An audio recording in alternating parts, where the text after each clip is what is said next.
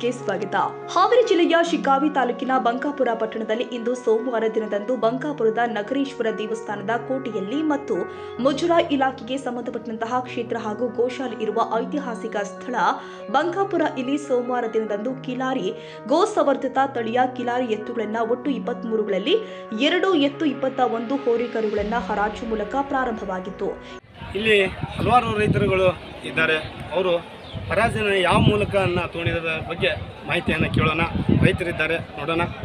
ಹೇಳಿ ಸರ್. ನಾವು ಹರಾಜಿನಲ್ಲಿ ಭಾಗವಹಿಸ್ಬೇಕಂತೇಳಿ ಬಂದ್ವಿ. ಆಲ್ರೆಡಿ ನಮ್ಗೆ ಲೇಟಾಗಿ ವಿಷಯ ತಿಳಿದ್ರಿಂದ ಬರೋದಕ್ಕೆ ಅಲ್ಲೇ ಕ್ಲೋಸ್ ಆಗ್ತಿತ್ತು. ಬಂದ್ವಿ. ನಮಗೆ ಸಂಬಂಧಪಟ್ಟ ನಮ್ಗೆ ಸೂಟ್ ಆಗಂತದ ನಮ್ಮ ಹುರಿ ಜಿಟಿ ಆಗಂತ ಸಿಗಲಿಲ್ಲ. ಯಾಕೆ ನಿಮಗೆ ಮೊದಲು ಹೇಳಿದ್ದಿಲ್ಲ ಅವರು? ಅದು ವಿಷಯ ನಮ್ಗೆ ಗೊತ್ತಿರಲಿಲ್ಲ. ಮೈ ಮೇಲೆ ಬಂದಾಗ ಆಮೇಲೆ ಬಂತು. ಬೆಳಿಗ್ಗೆ ಬಂದಾಗ ಅಲ್ಲೇ ಮುಗುರಿ ಎಂಟ್ರನ್ಸ್ ಲಾಸ್ಟಿಗೆ ಬಂದೀವಿ. ನಮ್ಗೆ ಸೂಟ್ ಆಗಂತ ಕರುಗಳು ಸೆಟ್ ಆಗಲಿಲ್ಲ. ಇಲ್ಲಿ ಬೇರೆದವರಿಗೆ ಬಂದಿದ್ರು. ನಮ್ಮ ಹೆಸರು ನಿಂಗರಾಜ್ ಎಲಿಗಾರ್ ಅಂತೇಳಿ ಇಲ್ಲೇ ಪಕ್ಕದಲ್ಲಿ ಮಾಸನಕಟ್ಟಿಯಿಂದ ಬಂದ್ವಿ. ಅದು ನಮ್ಗೆ ಸೂಟ್ ಆಗಂತ ಕರುಗಳು ಇಲ್ಲಿ ಸೆಟ್ ಆಗಲಿಲ್ಲ. ನಾವು ಮತ್ತೊಂದು ಟೈಮ್ ನೋಡ್ತೀವಿ. ಬೇರೆದ್ರು ಬಂದಿದ್ದಾರೆ, ಅವ್ರು ತೊಗೊಂಡಿದ್ದಾರೆ, ಅವ್ರು ಮಾತಾಡ್ತಾರೆ. ಇದರಿಂದ ಬಂದಿದ್ದೀವಿ. ನಾವು ಒಬ್ಬರು ರೈತರು ಇಲ್ಲಿ ಹರಾಜಿದೆ ಅಂತ ಇಲ್ಲಿ ಭಾಗವಹಿಸೋಕ್ಕಾಗಿ ಬಂದಿದ್ದು. ಅವರು ಫೋನ್ ಮಾಡಿ, ನನ್ನ ಹೆಸರು ಅರುಣ್ ಕುಮಾರ್ ಅಂತ, ಸೊರಬ ತಾಲೂಕು ಶಿಗ್ಗಾ ಗ್ರಾಮದಿಂದ ಬಂದಿದ್ದೀವಿ. 24,000ಕ್ಕೆ ಬೆಟ್ಟಿಂಗ್ ಮಾಡಿದ್ದೀವಿ. ಈಗ ಕರುಗಳಾದಮೇಲೆ ತಗೊಂಡು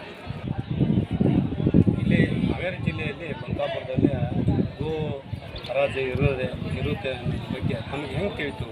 ಹೋದ ವರ್ಷ ಬಂದಿದ್ದೀವಿ. ಹೋದ ವರ್ಷ ಒಂದು ಕರ ತಗೊಂಡು ಹೋಗಿದ್ವಿ ಇಲ್ಲಿಂದ. ಒಳ್ಳೆ ಚೆನ್ನಾಗಿತ್ತು. ಹಾಗಾಗಿ ಮತ್ತು ಈ ವರ್ಷವೂ ನಾವು ಒಂದು ಫೋನ್ ನಂಬರ್ ಕೊಟ್ಟು ಹೋಗಿದ್ವಿ. ನಮಗೆ ಫೋನ್ ಮಾಡಿದ್ರು. ಹಾಗೆ ಒಂದು ಪಾಂಪ್ಲೆಟ್ ಥರದ್ದು ವಾಟ್ಸಪ್ಪಲ್ಲಿ ನಮಗೆ ಹಾಕಿ ಕಳಿಸಿದ್ರು, ಹಿಂಗಿದೆ ಬನ್ನಿ ಅಂತ. ಹಾಗಾಗಿ ನಾವು ಬೆಳಗ್ಗೆ ಪ್ರತಿ ವರ್ಷದಂತೆ ಹರಾಜಿನಲ್ಲಿ ಈ ವರ್ಷವೂ ಕೂಡ ಜವಾರಿ ತಳಿ ಹೋರಿಗಳನ್ನು ಸವಾಲಾಗಿ ಇಟ್ಟಿರ್ತಾರೆ.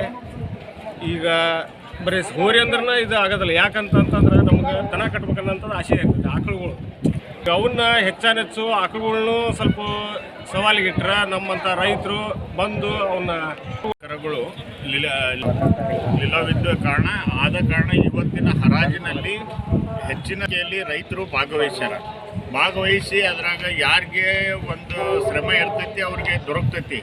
ಏನ್ರಿ ಹೋರಿ ಇಲ್ಲಿ ದನಕರುಗಳು ಲಿಲಾವ್ ಮಾಡ್ತಾರಲ್ಲ, ಇಲ್ಲಿ ಇವತ್ತಿನ ಟೈಮ್ನಾಗ ಯಾರು ಬಂದಿರ್ತಾರ ಲಿಲಾವ್ಗೆ ಬಂದು ಅಲ್ಲೇ ಟೋಕನ್ ಮಾಡ್ತಾರೆ.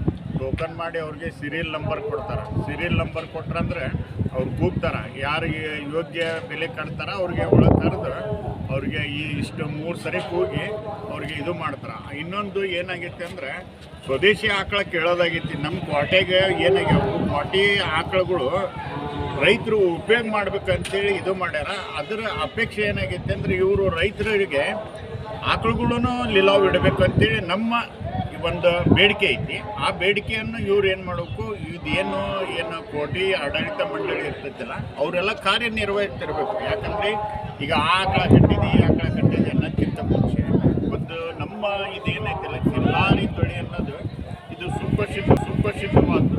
ಇದನ್ನು ನಾವು ಕಟ್ಟಬೇಕಂತ ಆಸೆ ಐತಿ. ಏನು ಬೇರೆ ಏನು ಹೇಳ್ಬೇಕಾಗಿಲ್ಲ. ಒಟ್ಟು ಲಿಲಾವ್ ಚೆನ್ನಾಗಿ ಆಗಾಕತ್ತೈತಿ. ಏನು ತೊಂದರೆ ಇಲ್ಲ, ಯಾವ ಇದನ್ನು ಬರಂಗಿಲ್ಲ. ಒಟ್ಟು ಒಳ್ಳೆ ಮಾಡಾಕತ್ರ ಆಕಳನೂ ಒಂದು ಸ್ವಲ್ಪ ಲಿಲಾವ್ ಬಿಡ್ರಿ ಅಂತೇಳಿ ನಾವು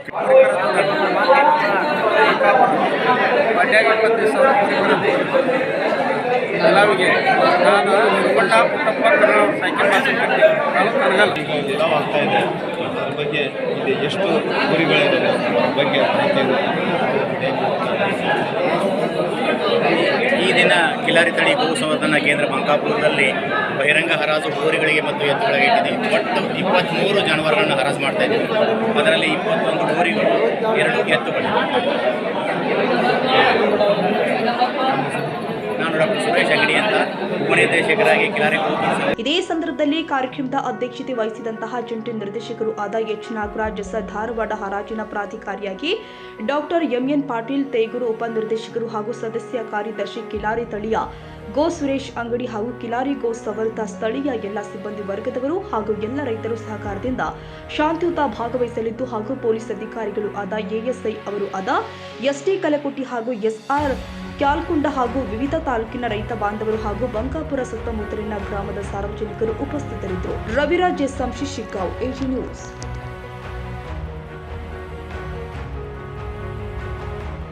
ಕನ್ನಡಿಗರ ಮೆಚ್ಚಿನ ನಿಮ್ಮ ಎಜೆ 24/7 ನ್ಯೂಸ್ ಕನ್ನಡ ವಾಹಿನಿ ಇದೀಗ ಟಿವಿಯಲ್ಲಿ ಲಭ್ಯ. ಒಂದು ವೇಳೆ ನೋಟಿಸ್ ಕೊಟ್ಟಿದ್ರೆ ವಾಪಸ್ ತಗೋತೀವಿ. ಇವತ್ತು ವಕ್ಫ್ ಪ್ರಾಪರ್ಟಿ ಅಂತೇಳಿ ಬರ್ತದೆ ಅಂತ ಹೇಳಿದ್ರೆ ರೈತರು ಬೀದಿಗೆ ಬಂದು ಏನ್ ಮಾಡ್ಬೇಕಾಗತ್ತೆ? ಯಾರು ವೋಟ್ ಹಾಕಲಿಲ್ಲ ಅಂದ್ರೆ ಗ್ಯಾರಂಟಿನೆಲ್ಲ ಸ್ಟಾಪ್ ಮಾಡ್ಬಿಡ್ತೀವಿ.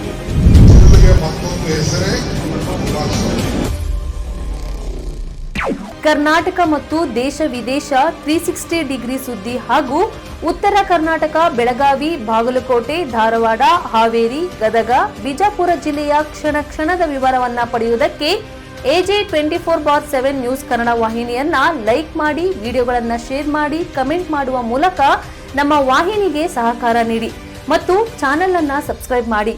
ಧನ್ಯವಾದಗಳು.